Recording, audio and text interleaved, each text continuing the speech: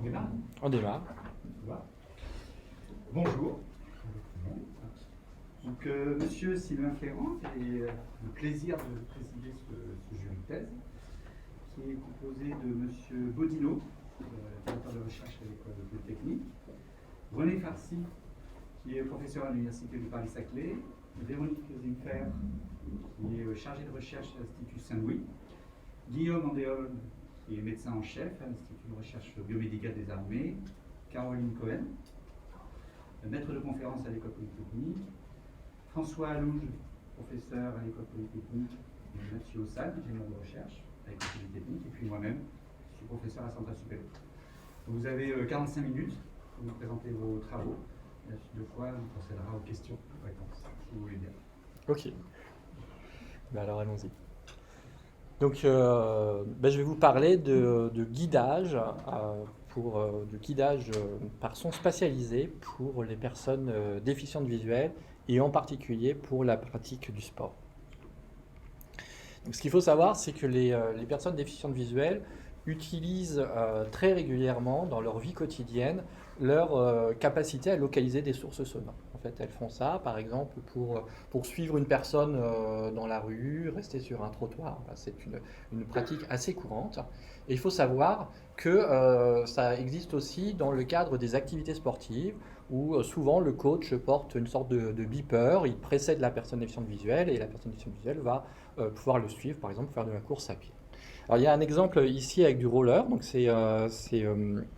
c'est Baudouin qui est devant, qui est le coach, et il est suivi par Stéphane, donc c'est avec l'association MCV, et Stéphane est non-voyant. Donc en fait, il ne se donne pas d'indication sonore, simplement avec le bruit du roller, Stéphane est capable de suivre Baudouin. Donc, on pourrait représenter cette scène de cette façon, comme s'il y avait un haut-parleur, une source sonore devant la personne, et la personne va la suivre. Et donc nous, on va s'inspirer de cette pratique pour essayer de construire un dispositif, une méthode qui va fonctionner comme ce qui est représenté ici, où en fait on a un casque et avec une source sonore spatialisée, on va donner cette illusion, cette sensation qu'il y a une source sonore devant soi qu'on va suivre et cette source sonore va se déplacer sur un trajet et on va être comme ça capable, espérons-le, de guider des personnes. Et on va essayer de répondre à cette question ici, qui est de savoir si effectivement le son spatialisé constitue une technique efficace pour guider des personnes déficientes visuelles, et en particulier dans un cas qui est un petit peu difficile, puisque c'est le contexte du sport, c'est un contexte qui est quand même associé à la performance. Alors pour pouvoir faire ça, on va devoir s'intéresser à un certain nombre de problèmes. D'une part, il va falloir localiser la personne qu'on va vouloir guider, il va falloir la localiser précisément pour savoir où elle se situe par rapport au chemin à suivre. Donc c'est une localisation en temps réel et qui va devoir être précise. Par ailleurs, on va guider la personne avec du son spatialisé, donc on se doute bien qu'il va falloir faire capable de générer ce son spatialisé, donc par filtrage binaural, et ça va devoir fonctionner sur des plateformes embarquées et avec des latences faibles. Et puis on va s'intéresser à la construction d'un prototype pour tester toutes ces méthodes. Et puis on pourra développer des techniques de guidage et voir comment on peut essayer d'améliorer les choses.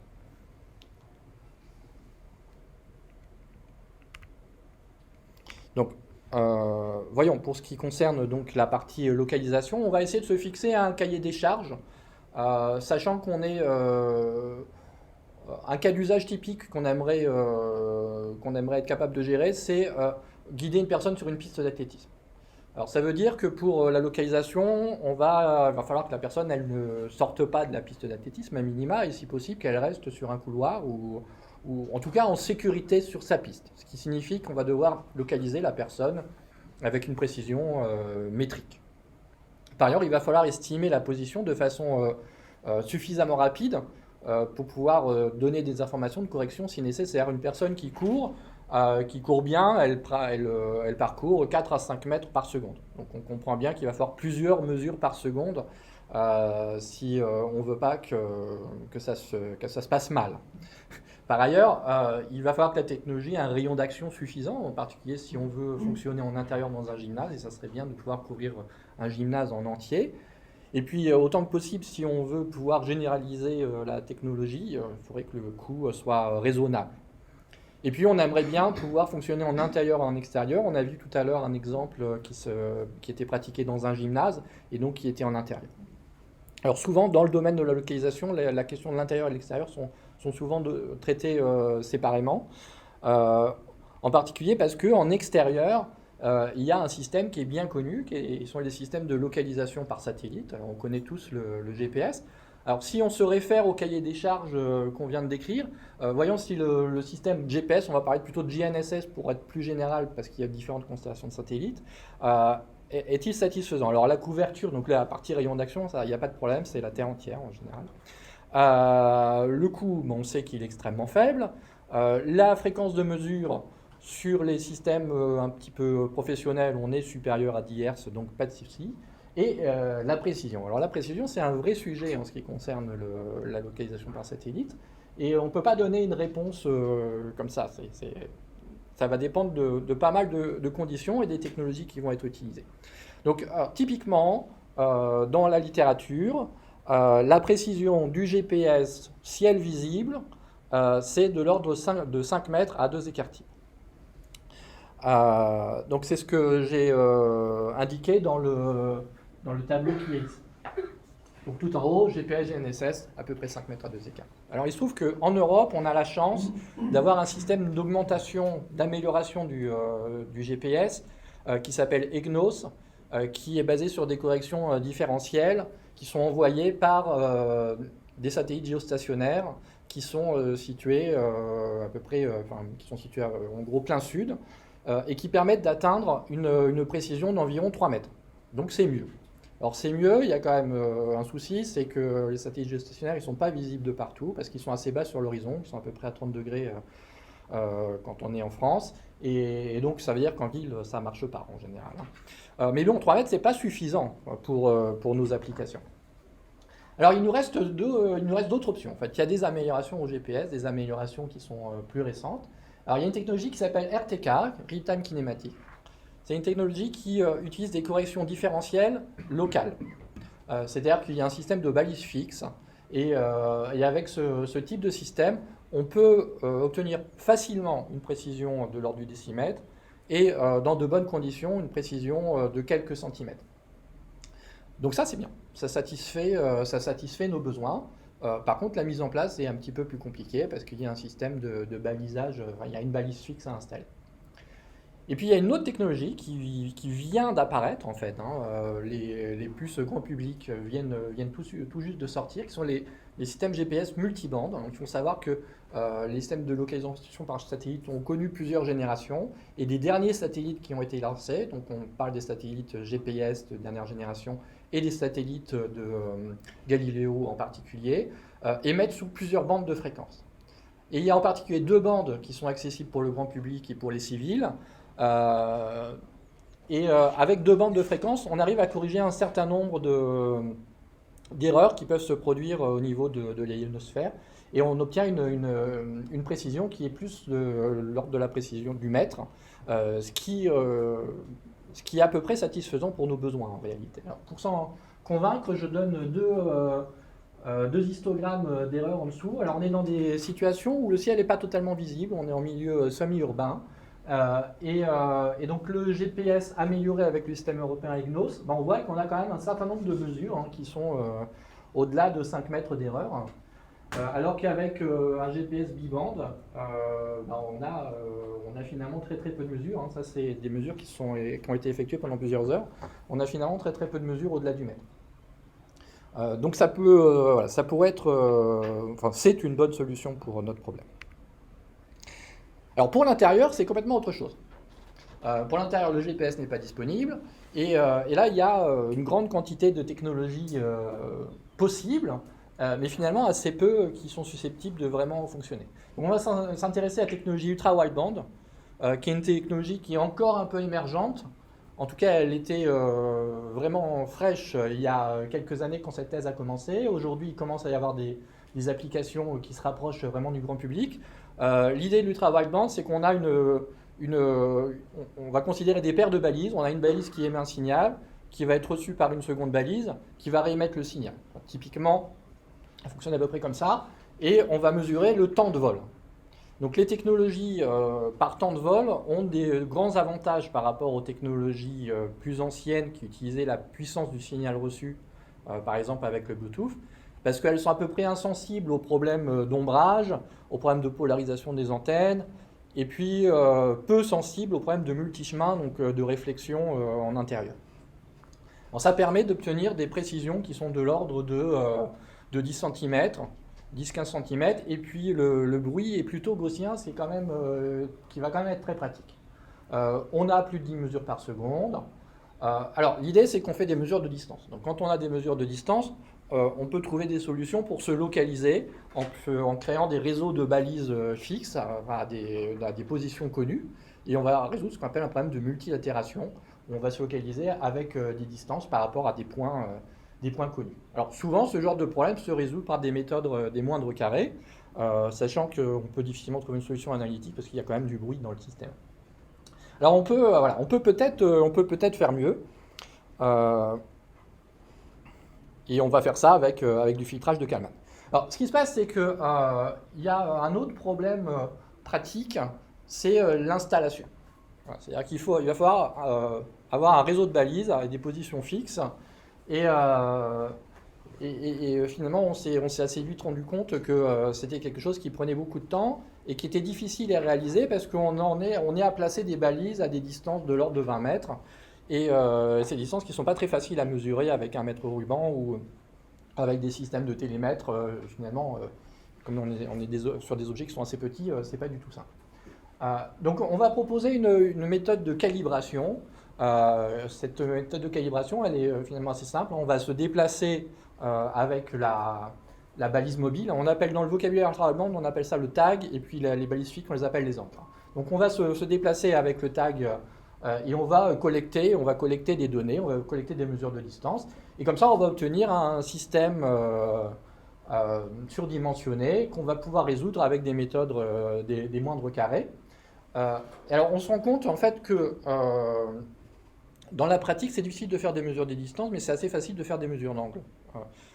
Parce que quand on est dans un gymnase, il y a des marquages au sol, on peut s'aligner avec les murs. Et donc on va pouvoir tenir compte de la géométrie, et ça va nous permettre de faire une calibration qui va être infiniment plus simple, et qui va converger beaucoup plus vite. Alors après, une fois qu'on a la position des balises dans la pièce, on va pouvoir tenir compte de la dynamique, et c'est là qu'on va introduire un fil de Kalman. L'idée, c'est qu'on ne peut pas d'un instant à l'autre être dans un coin du gymnase et puis à l'instant suivant complètement à l'opposé, hein, c'est pas possible. Donc là, on va considérer l'état d'un système où on va considérer un vecteur d'état x qui va contenir la position, la vitesse, éventuellement l'accélération. Et puis on va se dire que ce vecteur d'état x, il est lié à l'état à l'instant n-1 par une matrice de transition d'état f, et il y a un bruit qui se rajoute. Alors on a aussi des mesures, et ces mesures, elles sont liées à la position réelle par une matrice de mesure qu'on va appeler h.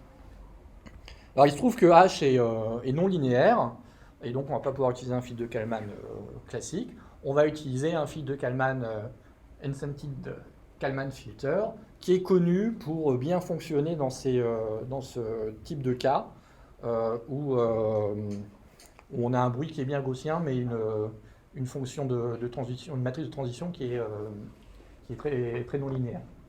Alors, on va implémenter ça en Python sur des plateformes embarquées, puisque tout ce qu'on va essayer de faire sera sur des plateformes embarquées type ARMA. Donc pour fixer un peu les choses, on est sur le type de plateforme qui fonctionne sur les Raspberry ou toutes ces petites cartes.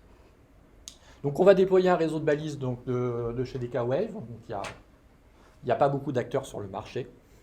Donc c'est celle qu'on a utilisée. En fait, rien ne nous empêche de continuer la calibration en temps réel et donc d'améliorer éventuellement la précision. Et puis rien ne nous empêche non plus de positionner plus de balises que nécessaire et on pourra gagner en précision. Et puis, surtout, dans ce qui nous intéresse, c'est on va être capable de faire des remontées d'erreurs à l'utilisateur, si jamais on passe sous un certain seuil de nombre de valises.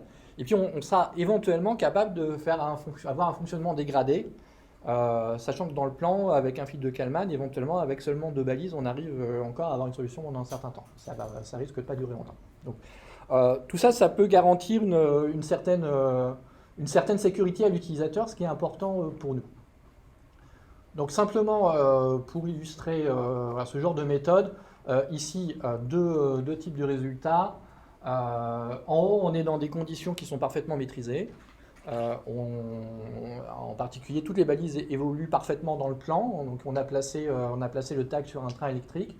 On est sur des échelles qui sont toutes petites. C'est pour ça qu'on a l'impression d'avoir beaucoup de déformations. Mais finalement, les erreurs sont assez faibles. Et l'erreur absolue ne va pas grandir si on se situait sur une surface plus importante. Alors, et en bas, par contre, on est dans des conditions réelles, hein, où on a vraiment mis une balise sur la tête de l'utilisateur qui va se déplacer dans une surface d'à peu près 400 mètres carrés. Et là, on a des erreurs. Alors là, je considère que l'erreur max, hein, parce que c'est un peu celle qui nous intéresse, on ne veut pas d'accident. Et donc là, l'erreur max, si on a 4 angles, elle est autour de 60 cm. Alors, au niveau de la localisation, on s'est intéressé à des technologies plus originales. Et en particulier, je vais vous parler d'une d'entre elles qui utilise un réseau de capteurs, des capteurs qui sont pratiquement dans le domaine des micro-ondes, à 24 GHz, qui émettent une onde continue. C'est des capteurs à très bas coût. Un capteur coûte à peu près 5 €. Alors comment fonctionne ce capteur? C'est tout petit. J'aurais dû en amener un, mais c'est vraiment minuscule. L'idée, c'est qu'il y a 2 antennes. Donc il y a une antenne qui va émettre de façon continue et non modulée une onde à 24 GHz. Alors on suppose que cette onde, elle peut être réfléchie par une cible, par quelqu'un dans le champ. Et puis donc il y a l'antenne réceptrice qui va le recevoir. Il se trouve que dans le capteur, il y a un mixeur donc qui va mixer le signal émis avec le signal reçu. Et il va en résulter un signal à basse fréquence qui est la conséquence de l'effet Doppler du mouvement de la cible relative au capteur. Donc au final, on va pouvoir déterminer en particulier une vitesse relative d'un objet, enfin, entre le capteur et un objet, ou des objets en mouvement. Alors la portée de ce genre de capteur est faible, hein, c'est de l'ordre de 10 mètres pour les capteurs à bas coût, mais en fait il existe des capteurs qui ont des portées de 100 mètres, voire plus, qui sont les capteurs qui sont utilisés par exemple pour les mesures de vitesse sur la route, qui fonctionnent comme ça. Donc ce que l'on fait en termes de preuve de concept ici pourrait tout à fait s'adapter pour des surfaces plus importantes. Alors la question c'est, peut-on localiser une personne avec ce type de capteur? C'est pas évident parce qu'on a seulement une vitesse, hein, a priori, et on sait que si on fait ça, on va drifter rapidement. Bon, il se trouve que on va essayer quand même d'utiliser la force du signal reçu. Alors, on s'est dit que ça pouvait être intéressant. Et la force du signal reçu, si on regarde l'équation du radar, on se dit que ça pourrait suivre une loi en 1 sur R4. À droite, il y a une comparaison entre des mesures ultra-wideband et des mesures qui utilisent un modèle comme ça. Et ce qui est intéressant, c'est que là, l'utilisateur ne transporte pas de récepteur comme quand on essaie de localiser avec la force du signal pour du Bluetooth. Et donc, il n'y a pas de problème d'ombrage, il n'y a pas de problème de polarisation d'antenne, il n'y a pas de problème comme ça. Mais par contre, il y a un autre problème, c'est que la surface de réflexion, elle va être très différente suivant l'angle et la position qu'on prend. Donc, bon, c'est forcément très imparfait. Donc, est-ce qu'on peut localiser quelqu'un avec ce genre de technique? On va montrer que c'est éventuellement possible. On va construire un filtre particulaire, parce que là, on est sur des conditions de bruit qui ne sont pas très jolies. On va faire de la fusion de données entre donc la puissance du signal reçu, les informations de vitesse, et puis sur les résultats que je vous montre, on va aussi rajouter une information de cap donnée par une centrale inertielle à très bas coût qui est portée par la personne et qui permet de connaître son orientation. Alors avec ces 3 informations-là, on arrive à obtenir quelque chose de pas mal. à gauche, en fait, on a un mouvement circulaire de cette nature-là, mais en fait, c'est un mouvement avec des allers-retours. On fait quelque chose comme ça, enfin, il y a un aller-retour ici. À droite, on a un mouvement en S. On n'obtient pas une précision incroyable avec ce type de capteur, mais malgré tout, c'est relativement prometteur. C'est à très bas coût et ça pourrait être étendu à des surfaces plus importantes. Alors, pour terminer sur cette partie localisation, je vous fais une petite synthèse des différentes technologies qui ont été évaluées ou sur lesquelles on a pu travailler. Bon, la conclusion est assez simple, hein. En extérieur, les systèmes GNSS, RTK ou multiband sont globalement tout à fait satisfaisants. Si on a vraiment besoin de précision, le RTK fonctionne parfaitement bien. En intérieur, l'ultra-wideband, c'est vraiment la technologie qui fonctionne le mieux. Bien, alors on a commencé à discuter de la partie localisation. Maintenant, il va falloir donner une information sous forme audio pour guider la personne. Donc on a choisi d'utiliser les techniques de synthèse binaurale pour avoir des sources sonores virtuelles qui vont guider la personne. L'idée de la synthèse binaurale, c'est une technique de filtrage numérique qui va essayer de reproduire les propriétés de l'écoute naturelle quand on utilise un casque pour les reproduire. Et donc on va être capable de fixer des sources sonores dans l'espace avec ces techniques. Alors cette technique de ces filtrages, enfin cette technique utilise des filtres qu'on appelle les HRTF, les Head Related Transfer Function, qui sont des filtres fréquentiels en fonction de l'espace, donc suivant où est positionnée la source sonore, et aussi de la morphologie de la personne. Et ces HRTF, elles peuvent être soit mesurées sur des personnes ou sur des mannequins, soit éventuellement simulées. Alors, il se trouve que dans l'équipe, il y a un certain savoir-faire dans le domaine, et donc on a pu s'appuyer sur un moteur de spatialisation binaurale qui existait au laboratoire, qui s'appelait MyBino, qui est un moteur qui a été développé par Mathieu Ossal au cours de sa thèse qui a été encadrée au CEMAP par François Allouche. Donc le moteur MyBino, c'est un moteur HRTF. Mathieu avait aussi beaucoup travaillé sur la question des interpolations, sachant que si on veut avoir un fonctionnement dynamique, on veut pouvoir changer de filtre souvent. Et donc on a aussi un savoir-faire au labo pour avoir des méthodes d'interpolation de HRTF. Toujours MyBino, c'est un moteur qui est multicanal, qui fait un certain nombre de choses. Alors moi, en début de thèse, ce que j'ai fait, j'ai recodé ce moteur en Python. Python qui est un langage qui a le bon goût de fonctionner sur tout un tas de plateformes, et en particulier sur des plateformes embarquées, type Raspberry. Et puis avec pas mal de Cython aussi, parce que Python a quand même des limitations bien connues en termes de performance. Et Cython, c'est un moyen d'améliorer les performances en faisant de la compilation de modules et du typage statique. Donc ce moteur du coup va fonctionner sur plateforme embarquée. Alors de la même façon que MyBino, il est capable de gérer la réverbération dans une pièce en utilisant les méthodes dites des sources images. Il gère le tracking.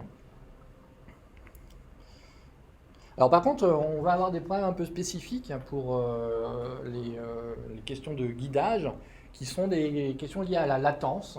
On va vouloir la rendre la plus faible possible, hein, pour pouvoir donner un feedback le plus efficace. Alors la latence, elle peut venir soit du matériel, soit du logiciel. Alors, côté matériel, pour limiter la latence, on va faire de la convolution partitionnée, ce qui permet de limiter pas mal la latence, surtout si on utilise des réponses impulsionnelles qui sont grandes, si on veut faire en particulier de la réverbération pour avoir plus d'externalisation, ce qui peut être agréable. Et puis sur la partie réverbération, on va essayer de faire des choses un petit peu malines en utilisant le fait qu'on est sur une plateforme qui, même si elle n'est pas performante, elle a beaucoup de cœurs. En tout cas, elle en a plusieurs, qui sont souvent hétérogènes d'ailleurs.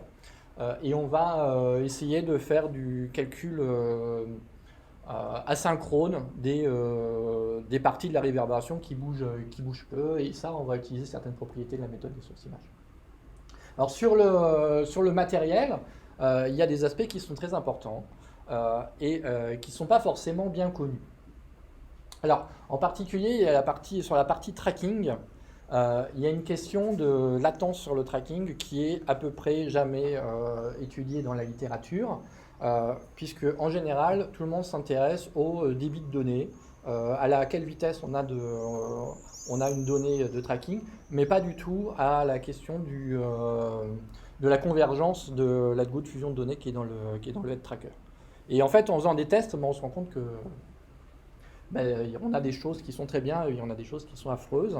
Et donc là, je donne deux exemples qui sont un petit peu les deux opposés. En gros, on a mis un tracker sur un dispositif avec un système de ressort qui va tourner extrêmement vite. Et là, on active le ressort. Donc là, on est sur un modèle de head tracker. Enfin, c'est un chip de fusion de données qui fait de la fusion de données à HRS, donc qui donne un cap qui fonctionne un peu en boîte noire. Enfin, en tout cas, on ne sait pas grand-chose sur un algo. Et on se rend compte que, en fait, il se rend tout de suite compte qu'il se passe quelque chose, hein, mais il va se tromper beaucoup, puis après, il va converger vers la bonne info. Mais en fait, la convergence vers la bonne valeur, elle prend plusieurs centaines de millisecondes. Donc ça s'entend. Ça peut s'entendre. Alors là, on prend un autre exemple, qui est une autre puce tout intégrée, qui contient les trois capteurs classiques, plus et qui fait de la fusion de données avec un algo boîte noire aussi. Et il n'y a pas du tout ce genre de phénomène. On se rend compte que si on fixe un seuil d'erreur de quelques degrés, il est atteint extrêmement vite en quelques millisecondes. Donc ça, c'est un sujet important. Et puis, il y a un autre sujet qui est sans doute un peu plus connu, qui est celui de la latence liée à la pile audio de l'OS. Sachant qu'on peut, souvent, on s'intéresse à l'aspect temps réel de l'OS pour éviter qu'il y ait des glitches, des craquements. Mais il faut savoir aussi que les OS et les dispositifs matériels de restitution sonore sont susceptibles d'introduire de la latence via des buffers. Et il y a le cas du Bluetooth qui introduit une latence de plusieurs dizaines, voire centaines de millisecondes qui est extrêmement significatif, et donc qui rend cette technologie inutilisable avec ce genre pour nos applications. Mais toute carte son a toujours un petit buffer et c'est bien de le connaître. Bon, alors, on va essayer de s'intéresser à quelque chose d'un peu plus fondamental maintenant, qui est quel filtre on peut utiliser, sachant que on est dans un cas qui est très particulier dans le domaine de la spatialisation binaurale, puisque on cherche à se situer seulement sur l'angle azimutal. Voilà, l'élévation, on s'en préoccupe pas beaucoup. Et puis on veut de la précision. Par contre, on se fiche un petit peu des aspects de qualité audio, de timbre, de choses comme ça. C'est un peu secondaire. Donc on pourrait se poser plein de questions, on s'en est posé essentiellement deux. La première question, c'est est-ce qu'il y a une différence entre les HRTF à haute résolution spatiale, qui sont souvent des HRTF qui sont mesurés avec des mannequins, des têtes artificielles, ou avec des HRTF interpolés? Donc est-ce que les deux sont adaptés à ce besoin, sachant qu'il y a quand même beaucoup plus de bases de données de HRTF interpolés, de HRTF mesurés sur des sujets humains, qui sont en général toujours moins précis que des HRTF sur des mannequins. Une autre question, en fait, dans la littérature, on voit généralement, il est généralement admis que les indices prépondérants sur le plan azimutal pour la localisation, c'est surtout l'ITD, éventuellement l'ILD. Et donc, est-ce que ça a un sens de faire des HRTF? Finalement, on pourrait faire beaucoup plus simple. Et donc, on va comparer des HRTF avec des filtres de panning qui sont dérivés de ces mêmes HRTF. C'est-à-dire qu'on va extraire l'ITD et puis on va faire quelque chose qui ressemble à l'extraction de l'ILD. En tout cas, on va tenir compte du niveau en prenant des niveaux moyens, des crêtes, des choses comme ça. Il y a des discussions possibles sur le moyen d'extraire l'ILD. Et on va essayer d'évaluer tout ça. Donc, pour pouvoir évaluer tout ça, il a fallu faire des expériences. Et en fait, on a fait deux séries d'expériences. Des séries d'expériences avec des sons naturels, puisque ça va être intéressant d'avoir un référentiel de sons naturels, et avec des sons spatialisés au casque. Et comme ça, on va pouvoir comparer deux. Et puis, nous, on est dans un contexte qui est dynamique par nature. alors que beaucoup d'expériences se font avec des sons statiques où on demande de pointer. Et puis là, en fait, on va considérer des cas statiques et des cas dynamiques où le son se déplace continuellement. Et on va voir comment on est capable de suivre des sons continuellement. Donc les expériences avec des sons naturels, comment ont-elles été réalisées? Donc c'était dans une salle anéchoïque à l'IRBA, et merci d'ailleurs à l'IRBA d'avoir beaucoup contribué à ces expériences. L'idée c'est qu'on met un haut-parleur sur un train électrique, donc un circuit circulaire, et on a une personne qui est assise au centre du circuit et qui va pointer vers la source sonore qui va se déplacer. Et on va faire des tests statiques, c'est-à-dire que le train électrique va prendre une position, émettre un son, se déplacer, enfin, attendre un certain temps, se déplacer et on continue. Alors, on éteint le son, on se déplace, on continue, avec des sons de masquage à chaque fois pour éviter de se rendre compte de ce qui se passe. Et puis on va faire ces mêmes expériences avec des sons spatialisés, donc statiques et dynamiques, hein, et on va essayer de comparer un certain nombre de filtres. Donc on va utiliser la HRTF 1040 de la base Listen de l'IRCAM, qui est une HRTF qui est assez populaire dans la communauté binaurale, qui va être interpolée à 2 degrés. Et puis on va utiliser une autre HRTF qui est mesurée sur, cette fois-ci sur une tête artificielle, qui est la HRTF de Fabian, qui est nativement à 2 degrés. Et puis de la même façon, on va comparer avec du panning, les pannings extraits d'une HRTF et de l'autre. Donc au final, ça nous fait 8 tests avec des sons spatialisés et 2 avec des sons naturels. Donc je vous montre certains résultats. Donc là, on est dans le cas d'une source réelle. Si on regarde les erreurs médianes de localisation pour la localisation statique, alors c'est des choses qui sont bien connues depuis quand même très très longtemps, on a une erreur d'environ 3,6 degrés. Et c'est très en phase avec ce qui est ici dans la littérature, sachant que la méthodologie de test n'est pas tout à fait la même parce que nous on fait du noise pointing, hein, donc on s'oriente vers la source. Mais finalement les résultats sont très comparables. Et puis dans le cas dynamique, eh ben, on a une erreur de 3,5 degrés qui ne peut pas vraiment s'interpréter comme ça vue indépendamment, tout simplement parce que cette erreur elle va être très dépendante de la vitesse de déplacement de la source sonore et donc on ne peut pas se comparer avec autre chose. Mais par contre on pourra se comparer avec ce qu'on obtient avec les HRTF, sachant que les 2 séries d'expériences sont réalisées avec exactement le même parcours, hein, les mêmes vitesses, les mêmes caractéristiques. Alors maintenant, on va regarder ce qu'on obtient avec des sources virtuelles. Donc, pour lire ce tableau, donc là, on a les mesures en cas statique. C'est-à-dire que là, il y a une source virtuelle qui s'arrête et puis après, elle va repartir. On a beaucoup de temps pour s'orienter vers la source virtuelle. Et puis dynamique quand la source se déplace continuellement. Donc dans le cas statique, on voit que très clairement, la HRTF est plus efficace que le panning, hein, l'erreur est plus faible, en fait, dans tous les cas, et y compris également dans le cas dynamique. Ce qu'on constate aussi sur ces exemples, c'est que les HRTF interpolés et puis les HRTF à haute résolution, en tout cas pour ces 2 HRTF, je ne sais pas si on peut conclure en général, en tout cas pour ces 2 HRTF, c'est très comparable. Voilà, il n'y a pas de différence franchement sensible. Et puis si on compare la localisation HRTF, par exemple prenons celle-là, donc là on est à 3,9 et 6,9, avec les sons naturels, eh ben, on était à 3,6 et 6,5. Donc on va dire que c'est comparable.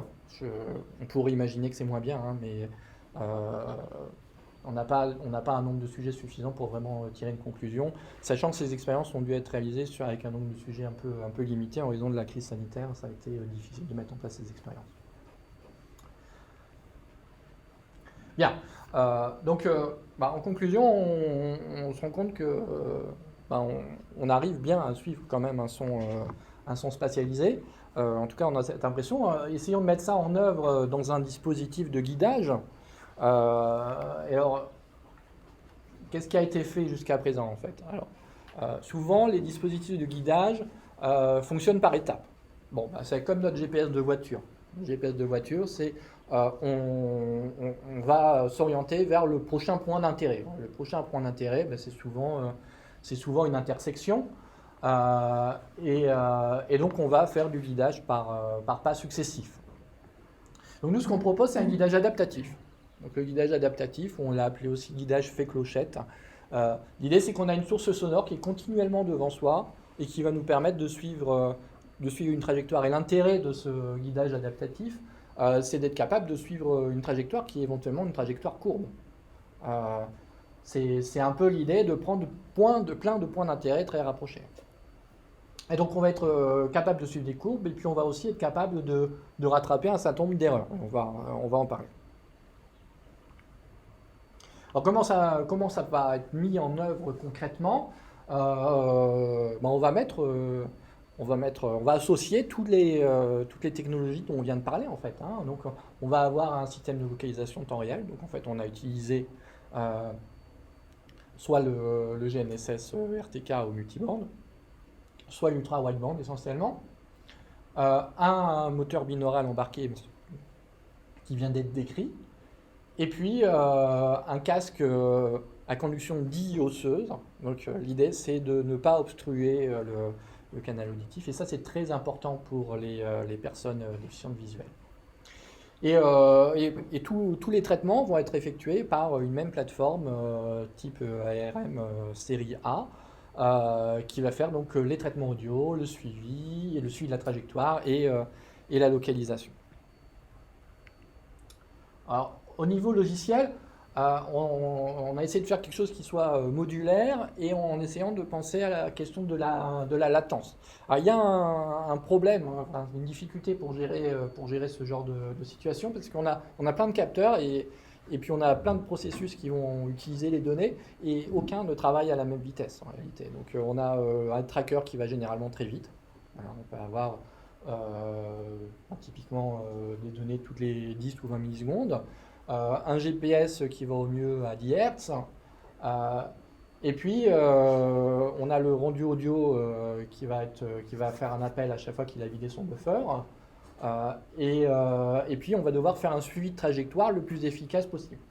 Donc tout ça, ça utilise une architecture dite multi-tiers et avec une API type REST. En fait, on a un processus maître qui va collecter toutes les informations et puis chaque capteur va être associé à un processus.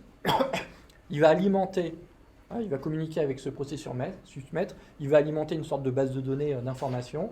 Et puis de la même façon, par exemple, le système de suivi de trajectoire va collecter des infos, va faire ses traitements pour dire où positionner les sources sonores typiquement, et puis il va renseigner à la vitesse, la meilleure vitesse possible en utilisant le fait qu'on est sur des architectures à plusieurs cœurs. On va être comme ça, être capable de les utiliser de façon la plus optimale possible. Alors on peut parler un petit peu des stratégies pour le guidage. Et en fait, ce qui est beaucoup ressorti des différents tests qu'on a pu faire, il y a une question qui est ressortie assez vite, c'est la question un petit peu du confort, sachant que le confort est fortement lié à la performance. Enfin, la performance est fortement liée au confort. Avec cette idée que pour aller vite, il faut se sentir à l'aise. Et pour se sentir à l'aise, il faut savoir ce qui va se passer avec un petit peu en avance de phase. Et donc l'idée, ça va être de signaler les virages, sachant que comme on sait a priori quel est le parcours qui va être réalisé, on va pouvoir faire une analyse de la courbure. Donc on va pouvoir signaler les virages et puis on va pouvoir faire des choses comme le fait de baisser le volume dans les lignes droites et puis rapprocher la source sonore quand on tourne, ce qui va éviter de couper les virages. Ça a plus de sens quand on va moins vite, en particulier de rapprocher la source sonore ou quand on est dans des situations un petit peu plus compliquées avec des courbures importantes. Et puis il y a un autre aspect qui est assez fondamental en fait, pour obtenir une précision importante, c'est celle du contrôle. Donc en fait on va faire du contrôle relativement simple. Hein. Supposons qu'on ait une trajectoire à suivre, l'utilisateur est là mais il devrait être ici. Donc il a ça d'erreur. Tel que je vous ai décrit le dispositif, il faudrait mettre la source sonore ici sur la trajectoire. En fait, on va la décaler à l'opposé de façon à permettre à l'utilisateur de corriger son erreur le plus rapidement. Et puis ici, on a une sorte de coefficient de proportionnalité de feedback qu'on va pouvoir adapter de façon un peu empirique.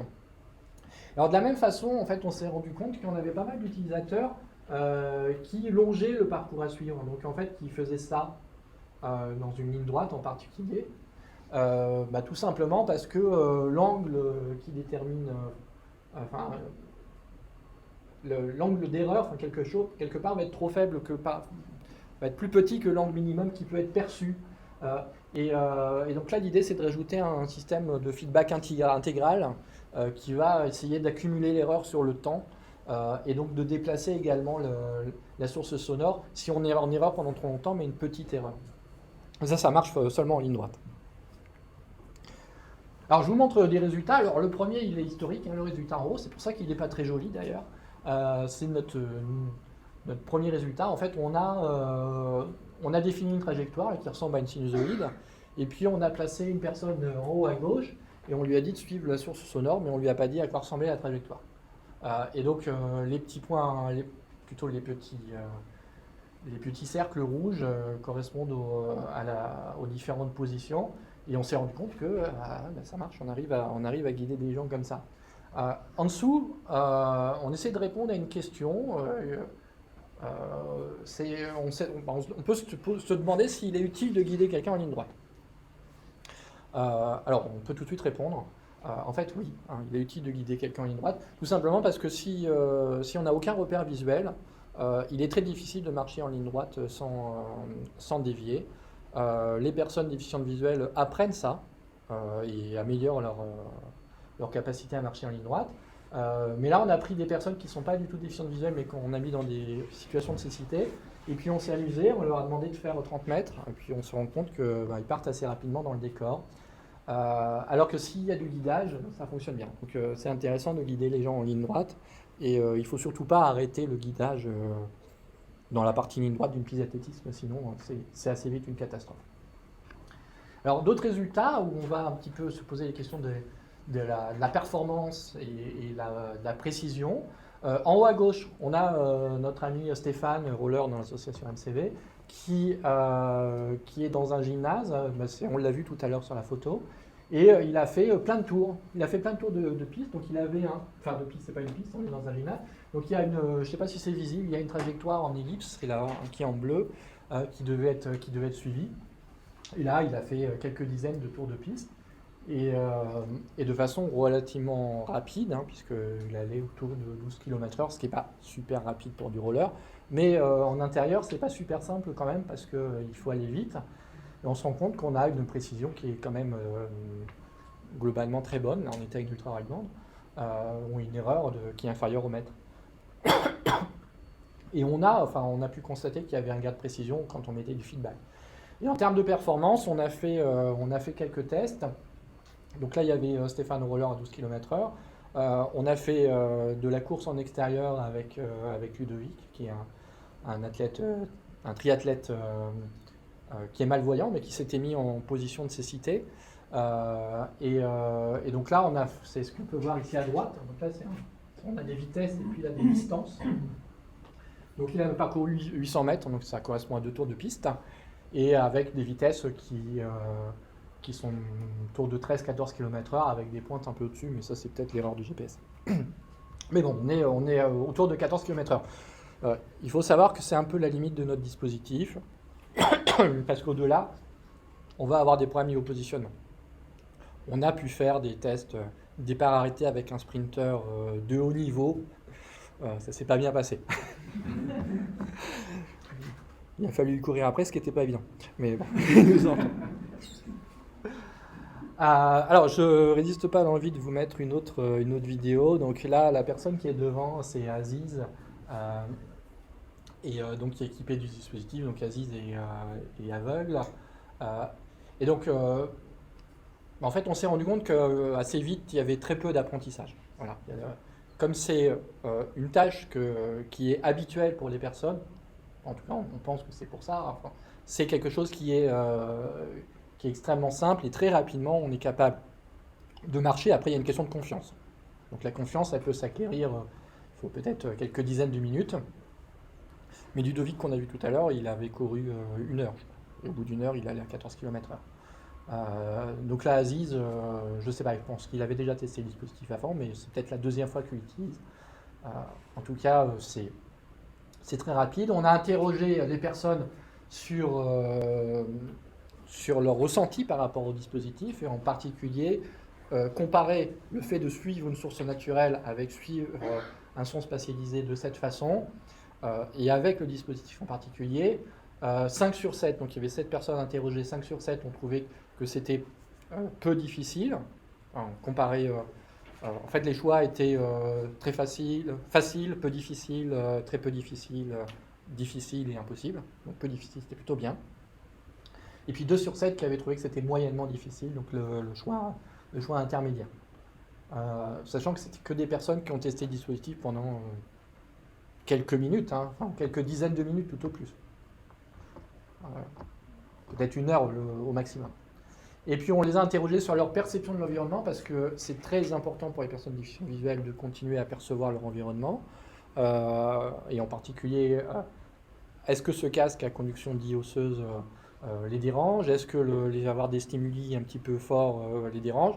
Et ils ont tous répondu, c'était totalement unanime, comme quoi c'était pas du tout altéré. Donc en fait, l'idée c'est vraiment d'apporter quelque chose, mais surtout pas retirer quoi que ce soit.